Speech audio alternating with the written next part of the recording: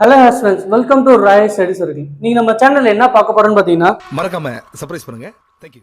Current அஃபேர்ஸ்ல important schemes தான் பார்க்க போறோம். என்ன ஸ்கீம் பாத்தீங்கன்னா, கலைஞர் மகளிர் உரிமை தொகை திட்டம். இது எப்போ கொண்டு வந்தாங்கன்னு பாத்தீங்கன்னா, செப்டம்பர் 15, 2023 கொண்டு வந்தாங்க. இது எங்க ஃபர்ஸ்ட் இம்ப்ளிமெண்ட் பண்ணாங்க பாத்தீங்கன்னா, காஞ்சிபுரம் மாவட்டத்துல தான் ஃபர்ஸ்ட் இம்ப்ளிமெண்ட் பண்ணாங்க. மாதம் எவ்வளோன்னு பாத்தீங்கன்னா 1000 ரூபாய் தான் மாதம் தருவாங்க. இதுக்காக தமிழ்நாடு கவர்மெண்ட் எவ்வளவு ஒதுக்கி இருக்காங்கன்னு பார்த்தீங்கன்னா 12,000 கோடி ஒதுக்கி இருக்காங்க. ஓகே, இதுக்கு தகுதியான உமன்ஸ், அதாவது தகுதியான பெண்கள் யார் யாருன்னு பார்த்தீங்கன்னா, அவங்களுக்கு 21 வயது முடிஞ்சிருக்கணும். அப்புறம் ஆண்டு, அதாவது ஆனுவல் இன்கம் 2.5 lakhs குறைவாக இருக்கணும்.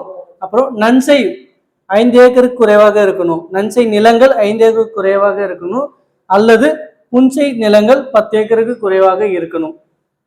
அப்புறம் இந்த ஸ்கீமால என்னென்ன பெனிஃபிட்ஸ்ன்னு பார்த்தீங்கன்னா, பெண்கள் எக்கனாமிக்கல் ஃப்ரீடமாக இருக்காங்க. அவங்க நினைச்சதை யாரோட தயவு இல்லாமல் வாங்கிக்கிறாங்க. ஓகே, அடுத்து இந்த ஸ்கீமை பார்த்து நம்ம நெய்பர் ஸ்டேட்ஸில், அதாவது பக்கத்தில் ஸ்டேட்டில் எங்கெங்க ஓப்பன் பண்ணியிருக்காங்கன்னு பார்த்தீங்கன்னா, கர்நாடகாவில் கிரகலட்சுமின்னு ஓப்பன் பண்ணியிருக்காங்க. மகாராஷ்டிராவில் லடுக்கி பகின் யோஜனான்னு ஓப்பன் பண்ணியிருக்காங்க. டெல்லியில் மகிழா சம்ரிதி யோஜனான்னு சொல்லி ஓப்பன் பண்ணியிருக்காங்க. கர்நாடகாவில் எப்போ ஓப்பன் பண்ணாங்கன்னு பார்த்தீங்கன்னா 2023 தான் கர்நாடகாலையும் ஓப்பன் பண்ணாங்க.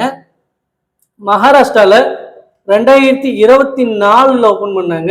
டெல்லியில் 2025 தான் ஓப்பன் பண்ணாங்க.